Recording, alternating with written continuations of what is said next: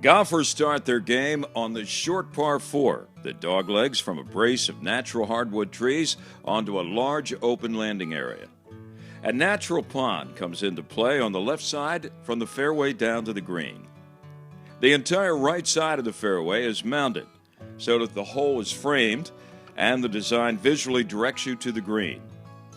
A par will be achievable if you are cautious of the pond on your initial tee shot, but the hole is designed so that a tee shot played up the left side of the fairway near the pond will set up a shorter approach shot to the green. The second hole is a long par 3 that will play short of its yardage due to the naturally elevated tees. The hole has a natural ridge, which allowed for great tee box placements. In addition, there is a little stream that crosses the fairway in front of the green, giving the hole even more definition. The green is tucked into the slope across the stream so that the hole is challenging but fair. A slight dogleg to the right will keep your interest on this par 5 that plays into an open meadow. The hole molds the land, with the fairways being nearly the same elevation from the tees to the landing areas. With bunkers framing both sides of the landing area, you are challenged to hit the ball long and straight. Long hitters will have the opportunity to reach the green in 2, since the green is nearly 40 feet down the hill.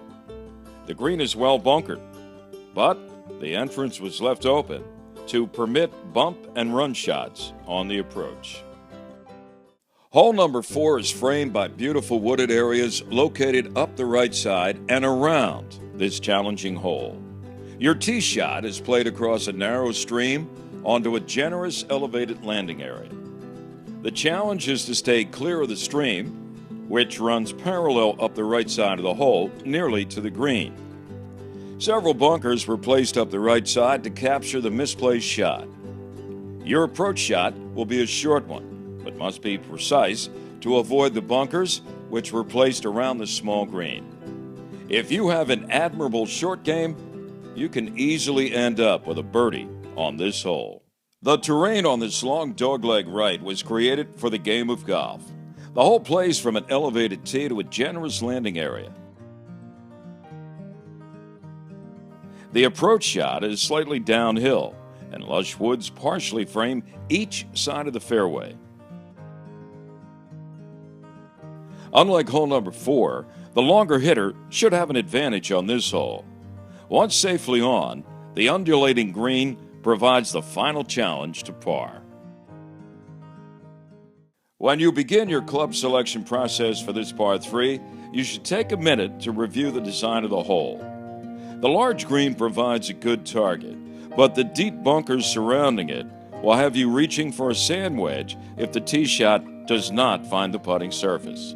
Once on, a large ridge bisecting the green rewards being on the correct side.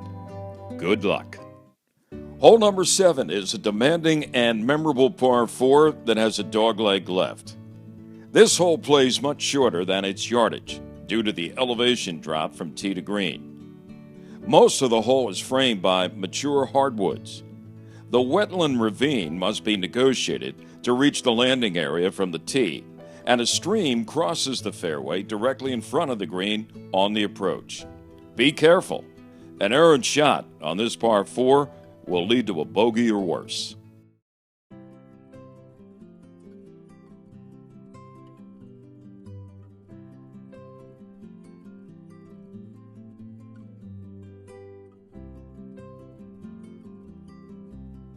A steep downhill wooded slope serves as a natural hazard that frames the right side from the tee to the green.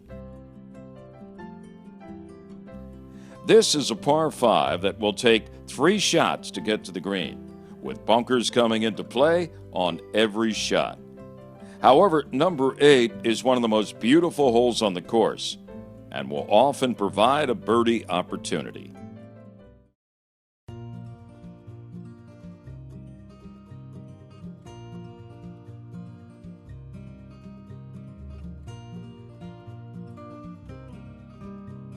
The right side of the fairway is heavily bunkered at the dogleg to discourage most players from trying to cut the corner.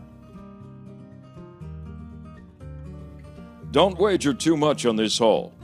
A par may not be a good enough score to win this hole most of the time.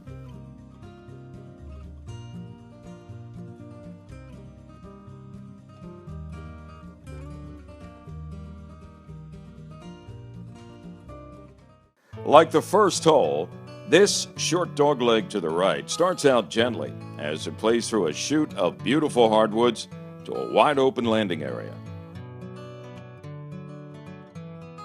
However, do not discount the myriad of bunkers on the right side of the fairway, or the large berm that frames the left side of the hole.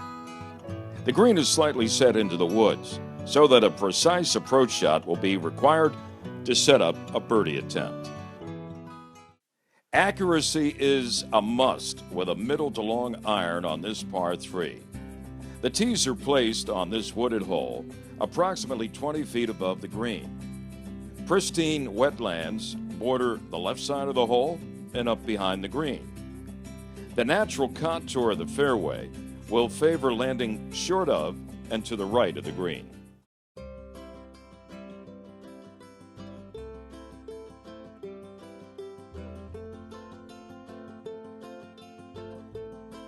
A natural tree line borders the entire left side of the hole, and the entire right side is opened and framed with a long flowing berm. Protected wetlands fronting the right half of the green provide a challenge on the approach shot, as well as a bounty of nature to view once securely on the green.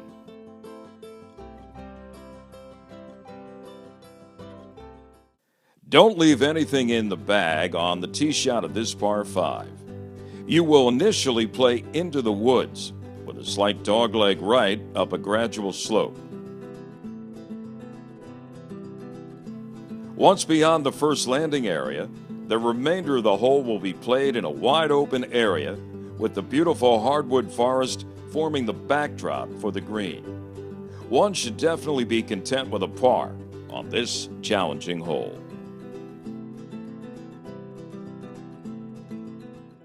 This is the longest par 4 on the course at 477 yards. On most days, this hole will play less than its yardage, as tees are elevated and the entire hole plays slightly downhill. The woods of beautiful and mature trees border and visually frame the hole from the landing area to the green. A long and reasonably straight tee shot is required if the second shot is going to reach the green. The natural topography of the land allowed this hole to be designed to play uphill through a wooded area to a green that sets out in a small clearing. Be sure your tee shot is pinpointed for the green, for any errant shots will be swallowed up by a deep bunker guarding the front. A narrow opening at the entrance to the green will give you the option of playing a bump and run shot.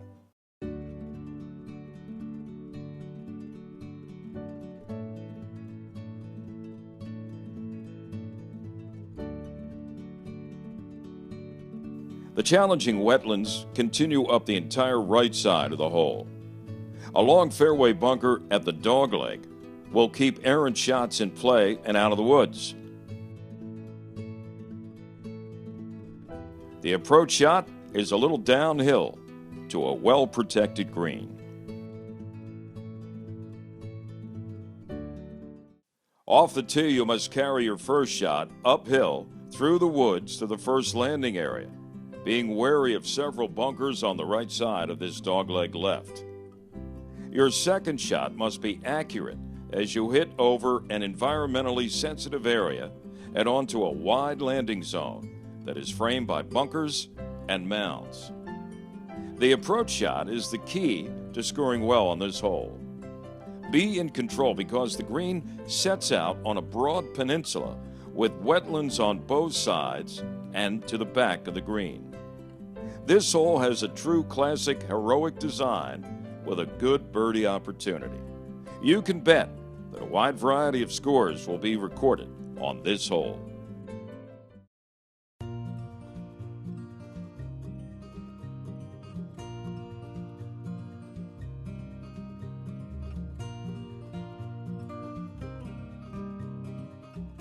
But once you've survived the initial wetlands, your second shot on this dogleg left will still be a challenge.